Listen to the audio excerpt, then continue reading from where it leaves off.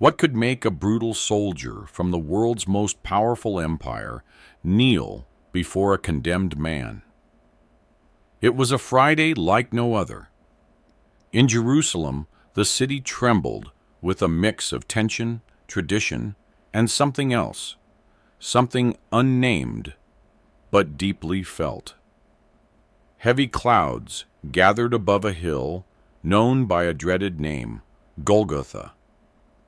There, where the Romans raised crosses as warnings to rebels, the execution of 3 men was being prepared. One of them would change history, not just through his death, but through the transformation he caused in those who witnessed it. Among the soldiers in charge of that execution was a man whose face had been hardened by war and duty. A Roman centurion, commander of 100 men, a symbol of power and discipline. His name was Longinus. He had obeyed orders his whole life. He had learned not to feel, not to question, not to look back. But that day, the unthinkable happened. His soul was pierced by a truth that shattered him, the figure of the centurion. Before that day, Longinus was a model soldier. In the Roman ranks, a centurion didn't earn his title through brute strength alone. Intelligence, strategy, and above all, mercilessness were required. Longinus was all of that. His record spoke of battles won, men subdued, blood spilled. He was the kind of officer who commanded respect with a glance. Nothing moved him. His loyalty was to Rome, his God was power, and duty was his only path. But something began to crack that morning. The unusual prisoner. The rumors had been spreading for days. A man called Jesus of Nazareth had been stirring up the streets. Some called him a preacher, others a prophet. The religious leaders, however, called him a blasphemer. He had been arrested the night before in a garden, betrayed by one of his followers for 30 silver coins. Tried before the Jewish council, he was accused of claiming to be the Son of God. They had no power to execute him, so they brought him to Pilate, the Roman governor. Longinus was there when Jesus was brought in. He observed him carefully. The man's face was bruised, but his gaze was steady. He wasn't like other prisoners. He didn't beg. He didn't lie. He didn't even defend himself.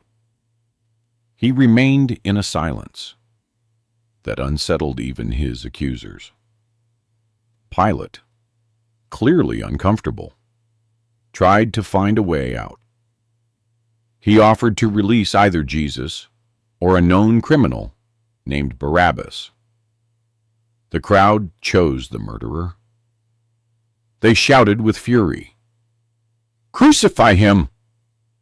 Pilate washed his hands. Jesus was handed over to the soldiers. See, brutality before the cross. Longinus oversaw the punishment. Jesus was stripped, tied to a post, and scourged with whips made to tear flesh. Longinus, as always, watched without blinking. But this time, something was different. The condemned man didn't resist. He didn't curse. Each lash struck him in a silence that was not resignation, but resolve. They mocked him, dressing him in a purple robe, placing a crown of thorns on his head and a stick in his hand. "Hail, King of the Jews!" they jeered. Longinus did not join in. He just stared. For the first time in years, he felt uneasy, not because of the violence, but because of the quiet dignity the man still carried. The road to Golgotha. The cross was laid on Jesus' shoulders.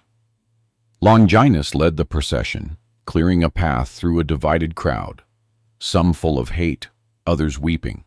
Jesus fell. He rose. He fell again. Longinus forced a man from the crowd, Simon of Cyrene, to help carry the cross. Women wailed as Jesus passed. He turned to them and said, "Do not weep for me, but for yourselves and your children." Longinus heard, and something stirred inside him. Who was this man who could still think of others on the way to his death? The crucifixion. They arrived at the place of execution. 3 wooden beams awaited. Jesus was placed in the center. He didn't fight. He stretched out his arms, as if surrendering to something greater. Longinus couldn't look away.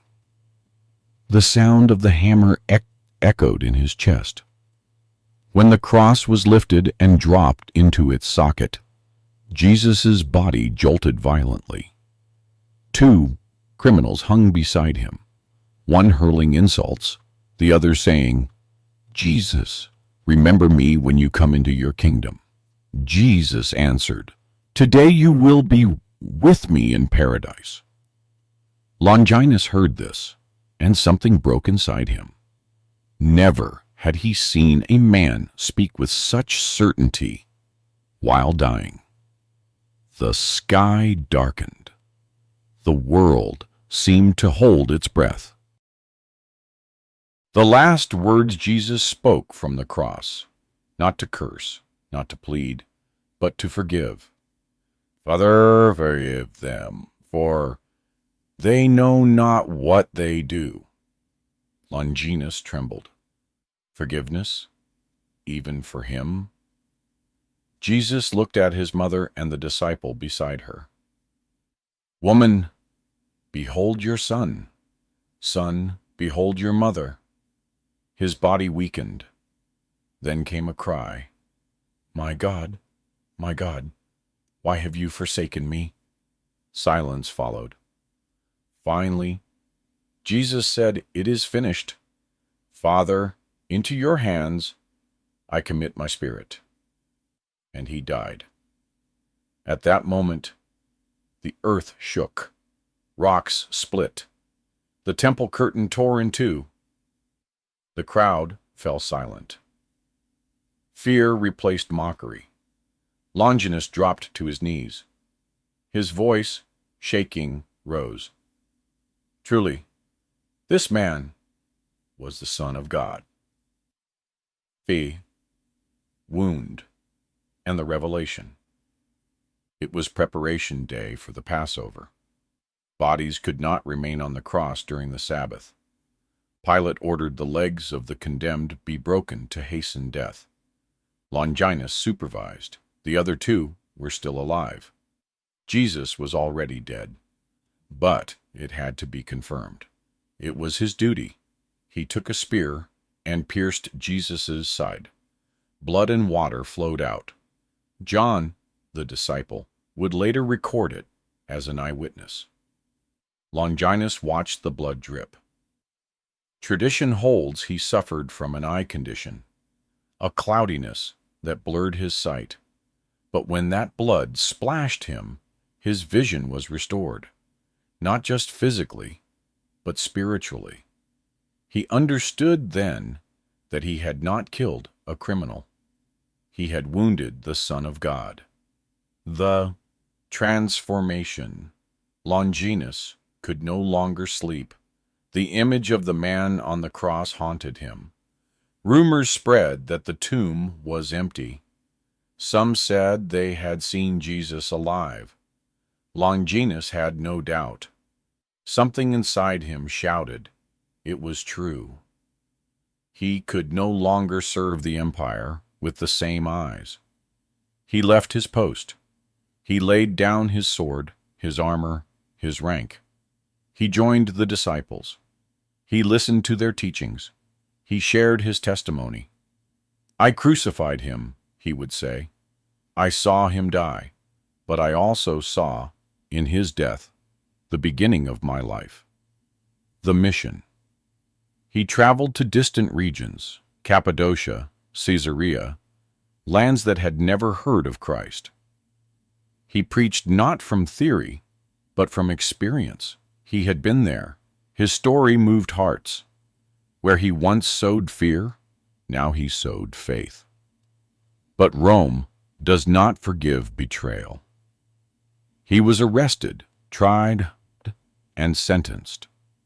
They offered him his life if he renounced Jesus. He refused. He was beheaded on a lonely hill.